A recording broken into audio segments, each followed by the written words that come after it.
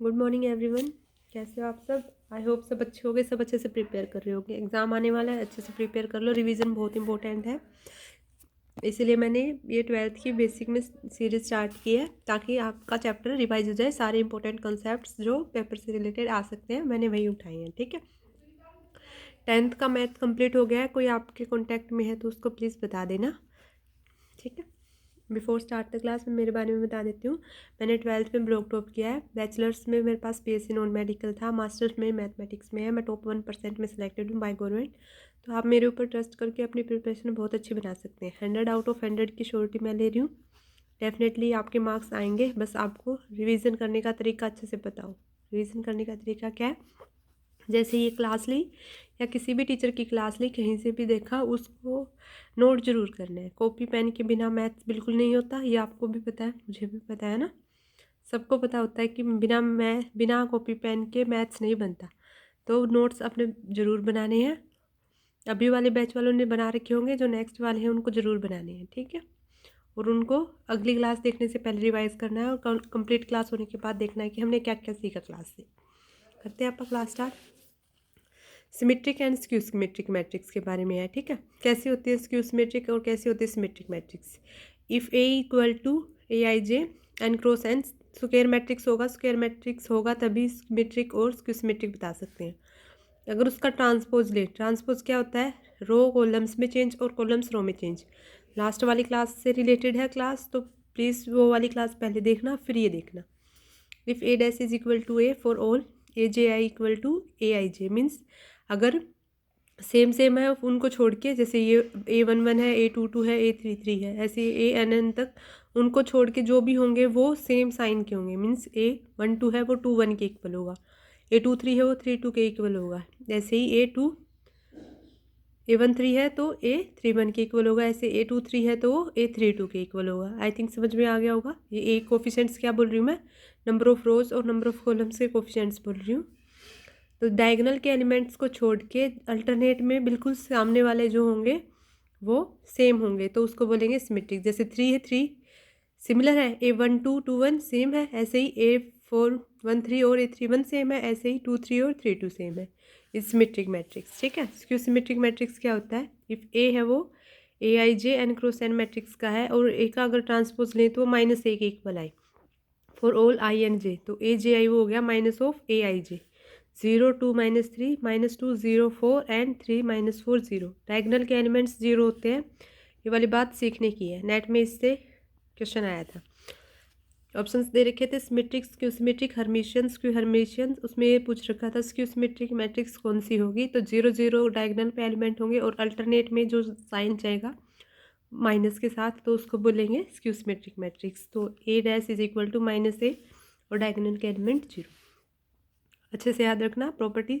देखो ये सारी बातें अगर अच्छे से कर लोगे ना तो आपको एक्सरसाइज में और कंपटीशन एग्जाम में दिक्कत नहीं होगी, अच्छी रैंक भी आएगी। अब करते हैं properties of this matrix, square और सिमेट्रिक, स्क्यू सिमेट्रिक और सिमेट्रिक मैट्रिक्स की क्या क्या है। अगर एक कोई स्क्वायर मैट्रिक्स है, square means having number of rows and number of columns are same with real elements, real elements होने चाहिए। A प्लस A डैश करेंगे तो वो भी सिमेट्रिक बनेगा। सिमेट्रिक का मतलब A dash is equal to A, A dash is equal to A transpose is equal to this that matrix which is given. A minus A dash करेंगे तो skew symmetric आएगा, मीन्स माइनस कॉमन हो जाएगा तो A minus A dash वो एक skew symmetric आएगी। Properties याद कर लो, आगे प्रूफ भी करेंगे, पीछे प्रूफ कर सकते थे वैसे, लेकिन आप बेसिक में कर रहे हैं तो ज़्यादा डिटेल में नहीं जा रहे। जब रेगुलर में क्लासेस होंगी एक्सरसाइज के साथ तो उसमें ये सारे कॉन्सेप्ट्स करेंगे बिल्कुल डिटेल में। A square matrix can be expressed as sum of symmetric and skew symmetric matrices that, कि एक स्क्वायर मैट्रिक्स है जो ए कोई भी गिवन है तो उसको आप सिमेट्रिक और स्क्यू सिमेट्रिक के सम में या एडिशन में लिख सकते हैं। 1/2 of A plus A dash plus 1/2 A minus A dash.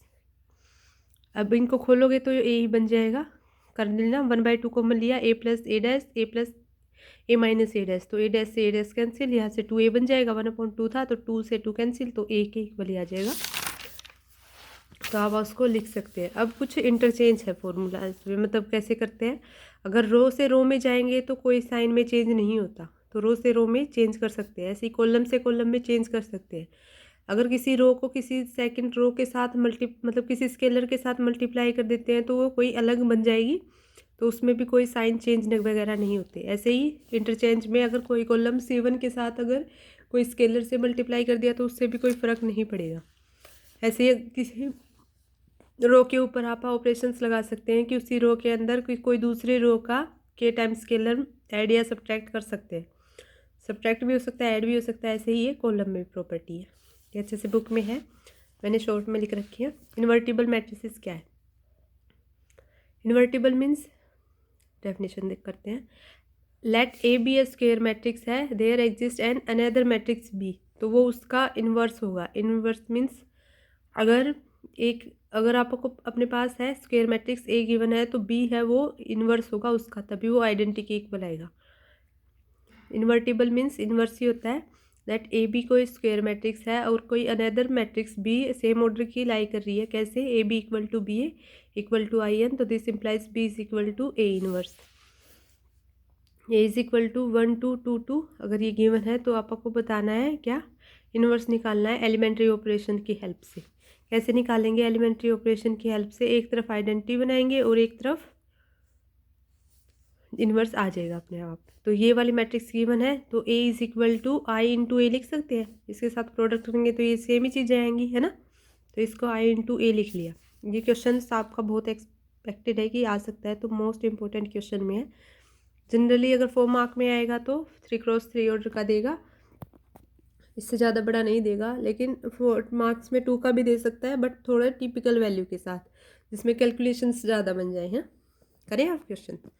देखो इसको ए इंटू आई इंटू ए लिख सकते हैं ना,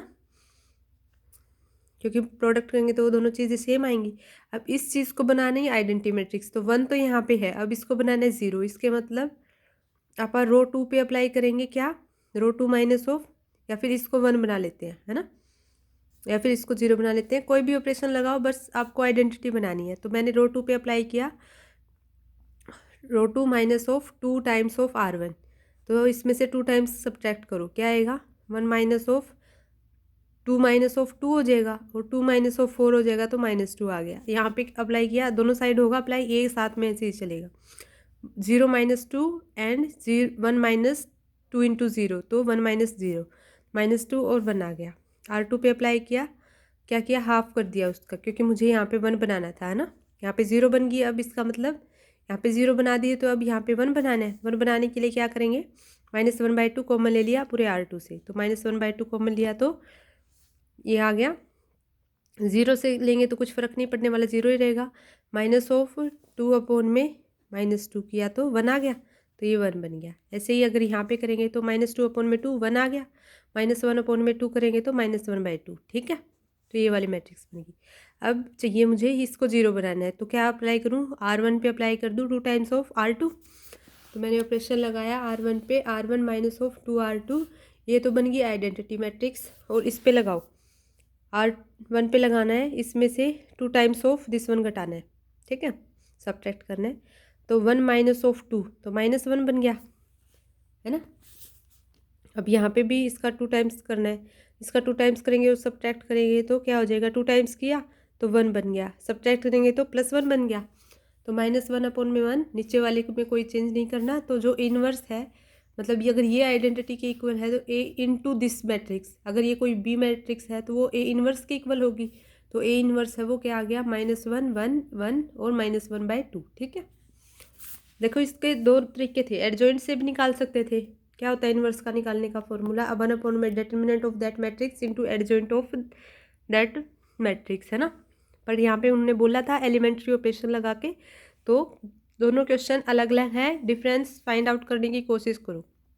कहाँ पे एलिमेंट्री ऑपरेशन लगाना है तो ध्यान से क्वेश्चन को पढ़ो। इनवर्स निकालने के तरीके 2-3 हैं, लेकिन हम एलिमेंट्री ऑपरेशन की हेल्प से लगा रहे हैं, इसीलिए हमने यहाँ पे अप्लाई किया है कि A is equal to identity into A, ठीक है।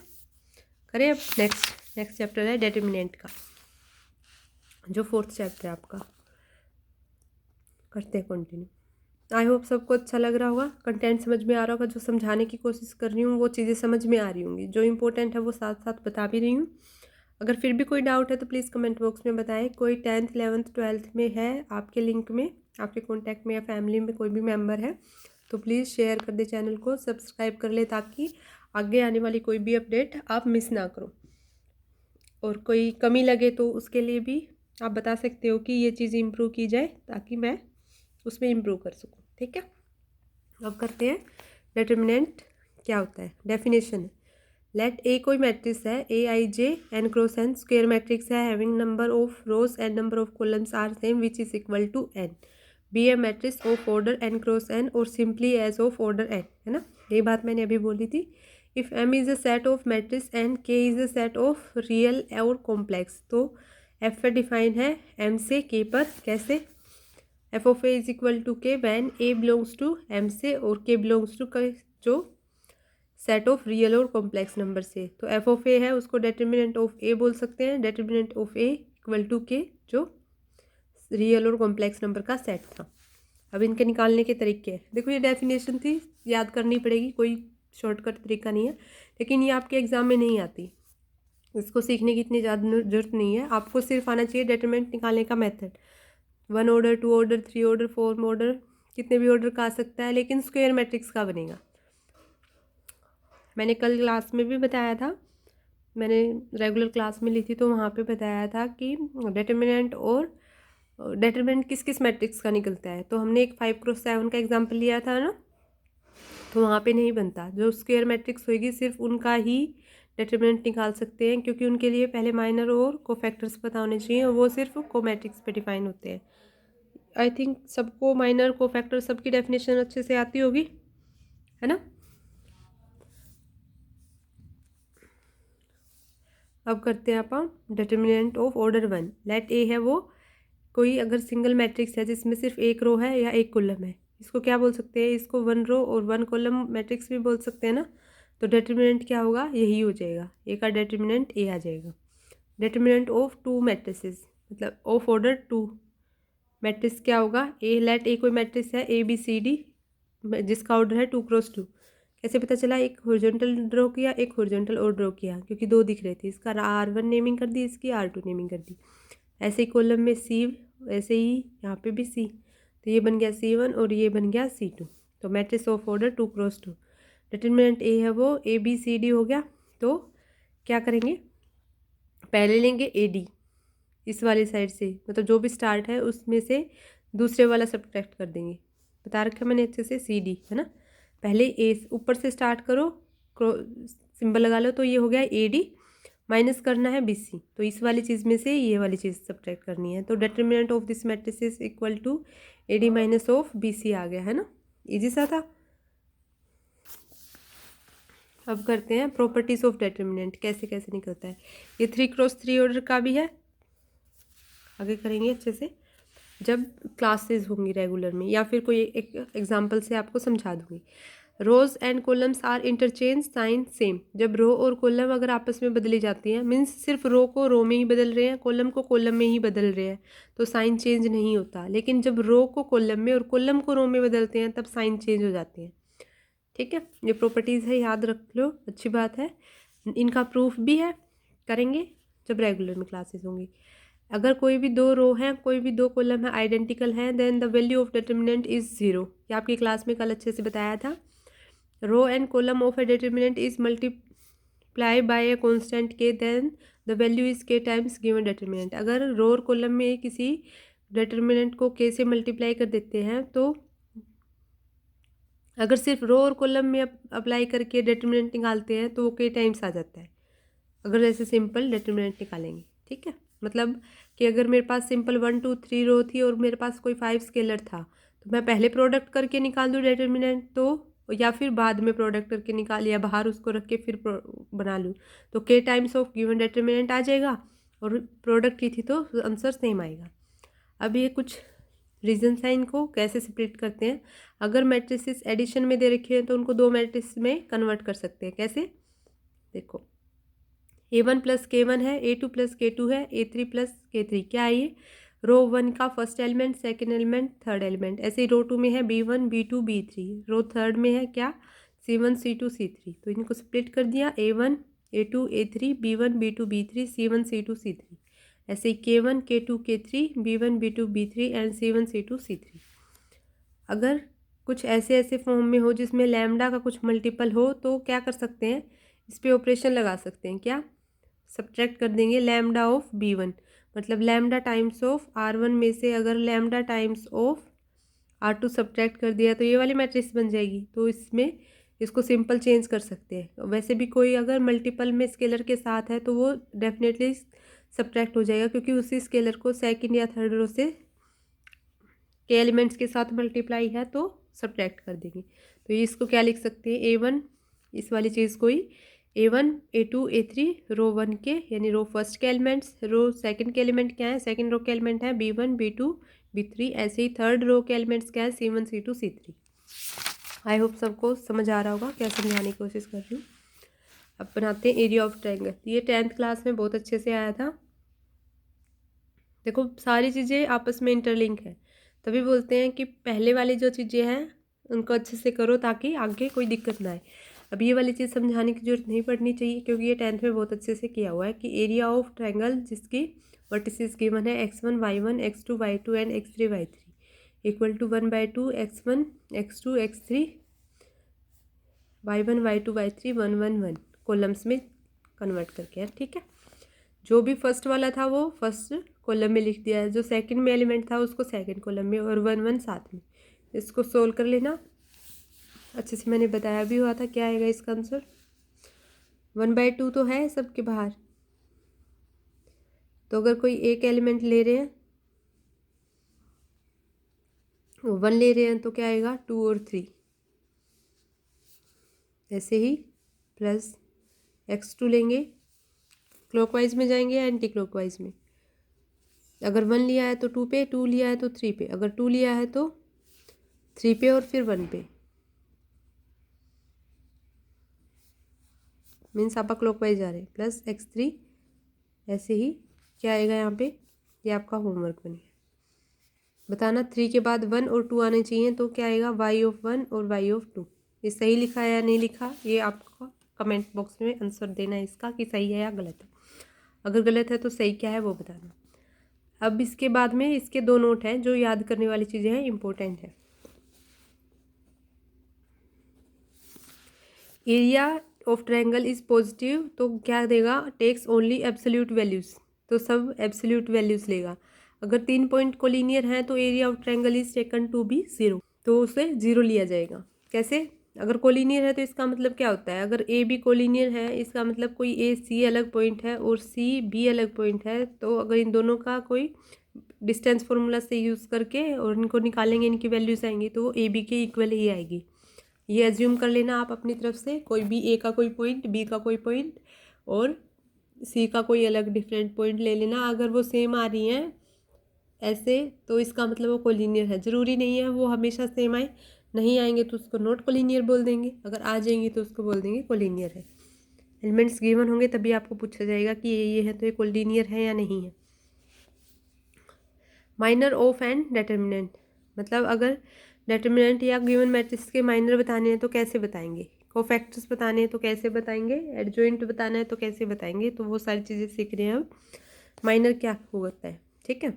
अगर मेरे पास कोई ABCD दे रखी है, ABCD मैट्रिक्स गिवन है जिसमें फर्स्ट रो में क्या है A और B एलिमेंट है, सेकंड रो में C और D एलिमेंट है, तो फर्स्ट रो के एलिमेंट का माइनर कैसे निकलेगा, फर्स्ट रो पे पेन रख दो और फर्स्ट कॉलम पे भी पेन या उंगली रख लो, तो जो भी एलिमेंट बचा है वो क्या है, minor of first minor of that matrix which is expanding along first row and first column, means A11 के अलोंग एक्सपेंड किया है तो क्या आ जाएगा अपने पास D, तो इसकी वैल्यू आ गई D।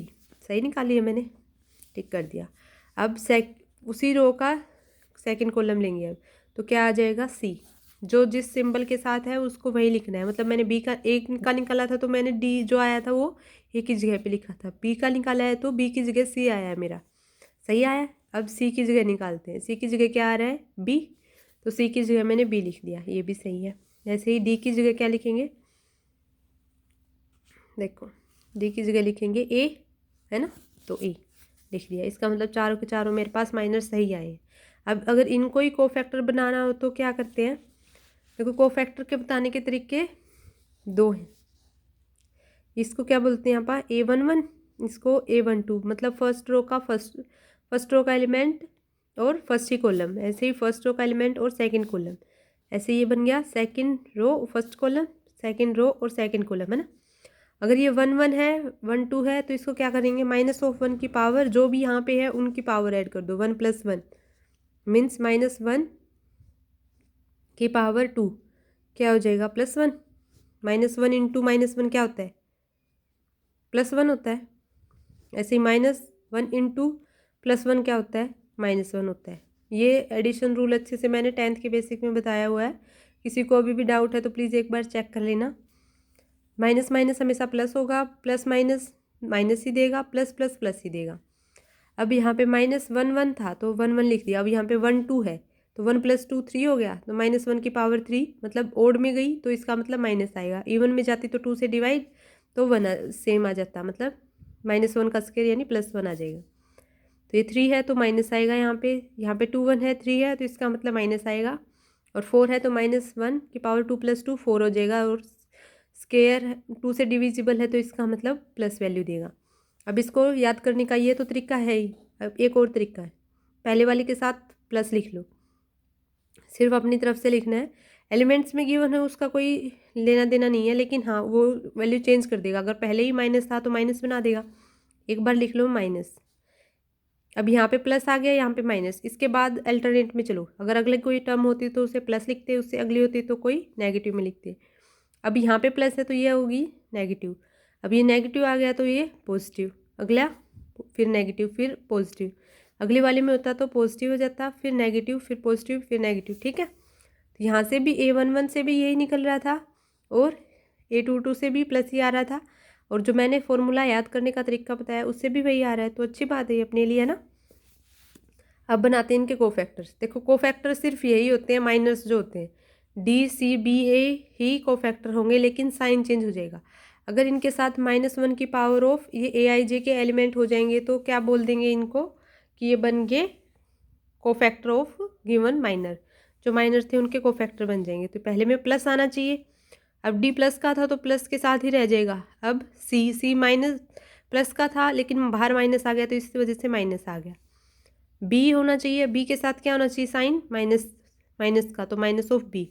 यहाँ पे D के साथ क्या होना चाहिए साइन, मतलब D के कोरस्पॉन्डिंग माइनर के साथ प्लस साइन होना चाहिए, तो कोरस्पॉन्डिंग माइनर आया A और उसका प्लस आ गया एज इट इज़। अगर सिंपल एज्यूम करते हैं मेरे पास गिवन मैट्रिक्स में A B -C, चलो माइनस और ये ले लेते हैं। अब इसके ये तो मैट्रिक्स है, अब इसके कोफैक्टर बताओ क्या होंगे, बताना क्या होंगे। फर्स्ट रो को फर्स्ट कॉलम को और फर्स्ट रो के अलोंग एक्सपेंड कर रहे हैं, यहाँ पे ये हो गया और यहाँ पे ये हो गया, इसका मतलब D आ गया ना। D प्लस का आएगा या माइनस का, एक बार पहले लिख लेते हैं। ये आने चाहिए, और अंदर वाले का नहीं पता, कुछ भी आ सकता है, नहीं पता तो एक बार ब्रैकेट लगा लेते हैं, ठीक है। समझाने के लिए D आया है, D के साथ प्लस था तो प्लस ही ले लेते हैं, समझा रही हूँ अच्छे से समझना। अब रो फर्स्ट को फर्स्ट कॉलम के साथ एक्सपेंड कर लिया, अब रो फर्स्ट को सेकंड कॉलम के साथ एक्सपेंड किया तो क्या आ जाएगा -C, तो यहाँ पे आएगी -B की वैल्यू की जगह -C आएगी, ठीक है। ऐसे ही अगर सेकंड रो को फर्स्ट कॉलम के अलोंग एक्सपेंड किया तो क्या आ रहा है -B, तो -B, लेकिन माइनस साइन, क्योंकि वो देखो ये -B तो मैंने एज इट इज़ लिख दिया, और ये माइनस था कोफैक्टर्स में चेंज कर रहे हैं इस वजह से। अब सेकंड रो और सेकंड कॉलम क्या आ गया A, है ना, तो प्लस का A। अब इसके कोरस्पॉन्डिंग फैक्टर्स क्या बनेंगे, ये कोई B नाम ले लेते हैं मैट्रिक्स का क्योंकि A ऊपर था, ठीक है, ये अलग क्वेश्चन।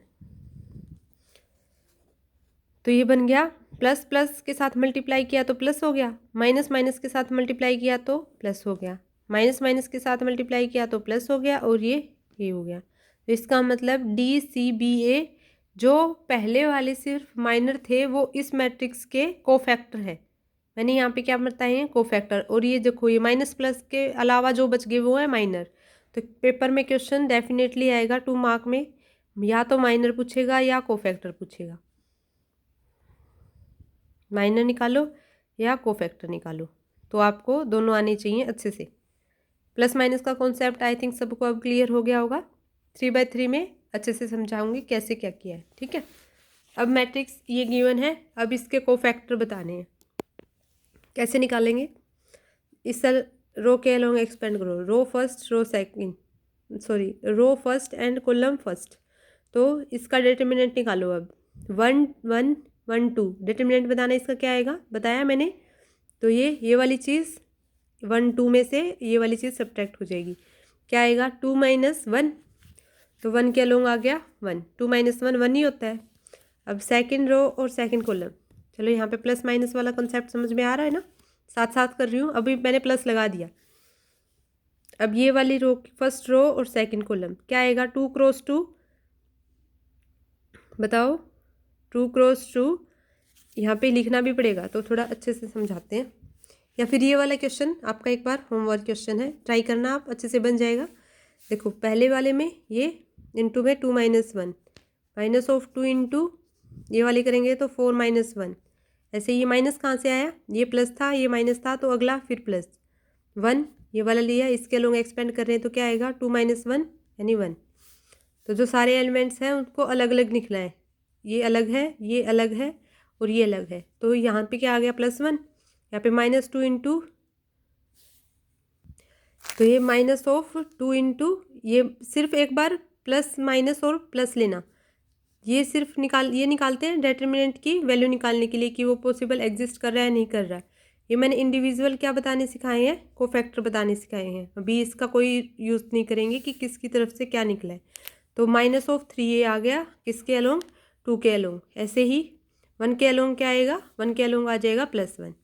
इसके अलोंग और अगले के अलोंग आप निकालना और मैच करना कि आंसर यही आ रहा है नहीं आ रहा। अगर नहीं आ रहा है तो इसका मतलब कोई कैलकुलेशन मिस्टेक हुई है, उसको अच्छे से चेक करना, ठीक है। अब करते हैं आप adjoint of matrices. Adjoint of square matrices is transpose of matrix of cofactor. जो भी आप निकालेंगे एडजॉइंट क्या होगा? कोफैक्टर का ट्रांसपोज लेना है। मीन्स जो A11 A22 क्या है अपने, ये क्या है? 2 1 2 2 2 3 3 1 3 2 3 3। अगर इनका ट्रांसपोज ले लूँ तो क्या आ जाएगा? वो आ जाएगा एडजॉइंट। तो adjoint of square matrices transpose of matrix of cofactor. जो भी कोफैक्टर्स आए हैं उनका ट्रांसपोज ले लिया जाए। मीन्स अगर ये 1 - 3 1 को रो को कॉलम, कॉलम को रो में चेंज कर दिया जाए तो क्या बन जाएंगे? एडजॉइंट। तो जो कोफैक्टर आएंगे उनका अगर ट्रांसपोज लेंगे तो एडजॉइंट आएगा। और इससे डेफिनेटली क्वेश्चन आता ही आता है। इन्वर्स से आएगा और एडजॉइंट से आएगा, क्योंकि ये बनते ही हैं ये वाले क्वेश्चन। तो A11 जो इस वाले का रो और कॉलम्स में चेंज करने के बाद आ गया A11 A12 13 A21 22 23 31 32 33। अब सिंगुलर मैट्रिक्स क्या होती है और नॉन सिंगुलर मैट्रिक्स क्या होती है अगली क्लास में करेंगे। लीनियर सिस्टम ऑफ इक्वेशंस, ठीक है। सिंगुलर मैट्रिक्स क्या होती है? जब ए का डिटरमिनेंट निकालते हैं, पूरी मैट्रिक्स का डिटरमिनेंट कैसे निकालते हैं अच्छे से समझाऊंगी अगली क्लास में। तो अगर वो 0 आ जाए तो उसको बोलेंगे that matrix is singular matrix. अब नॉन सिंगुलर कैसे बोलेंगे? कि जब भी कोई मैट्रिक्स का डिटरमिनेंट निकाला जाता है वो नॉट इक्वल टू 0 आ जाते हैं। नॉन मीन्स नॉट, तो नॉट इक्वल टू 0 है तो नॉन सिंगुलर, इक्वल टू 0 है तो सिंगुलर। तो square matrix is known as singular non singular matrix. I think समझ में आ गया होगा सबके। ये डिटरमिनेंट कैसे निकलता है 0, ये अगली क्लास में अच्छे से करेंगे, या फिर अपनी जो टेस्ट सीरीज हो मतलब जिसमें एक्सरसाइज के साथ करेंगे तो उसमें करेंगे। आई होप सबको अच्छे से सब समझ में आ रहा होगा। कहीं कोई परेशानी दिक्कत या समझाने में या समझाने का मेथड में कुछ भी जो आपको लगे कि ये सही नहीं है, इसमें इम्प्रूव हो सकता है, तो प्लीज़ सजेस्ट भी करना। अगर अच्छा लग रहा है तो प्लीज़ शेयर करो, सब्सक्राइब करें। कोई 10th 11th 12th में प्रिपेयर कर रहा है तो प्लीज़ उसको बता दे कि ऐसे ऐसे चैनल है, क्योंकि बहुत बार इन्फॉर्मेशन के बिना भी चीज़ें नहीं मिल पाती। अगली क्लास में करेंगे आप linear system of equations, consistent non consistent और कुछ उसके होमोजीनियस सिस्टम और नॉन होमोजीनियस सिस्टम के बेस पे क्वेश्चन है। उससे अगला चैप्टर आपका कंटिन्यूटी एंड डिफरेंशिएबिलिटी। तो बेसिक अच्छे से कर रहे हैं। If you like please press the like button. Thank you so much. मिलते हैं नेक्स्ट क्लास में। अभी करते हैं माइंड अप। Okay bye.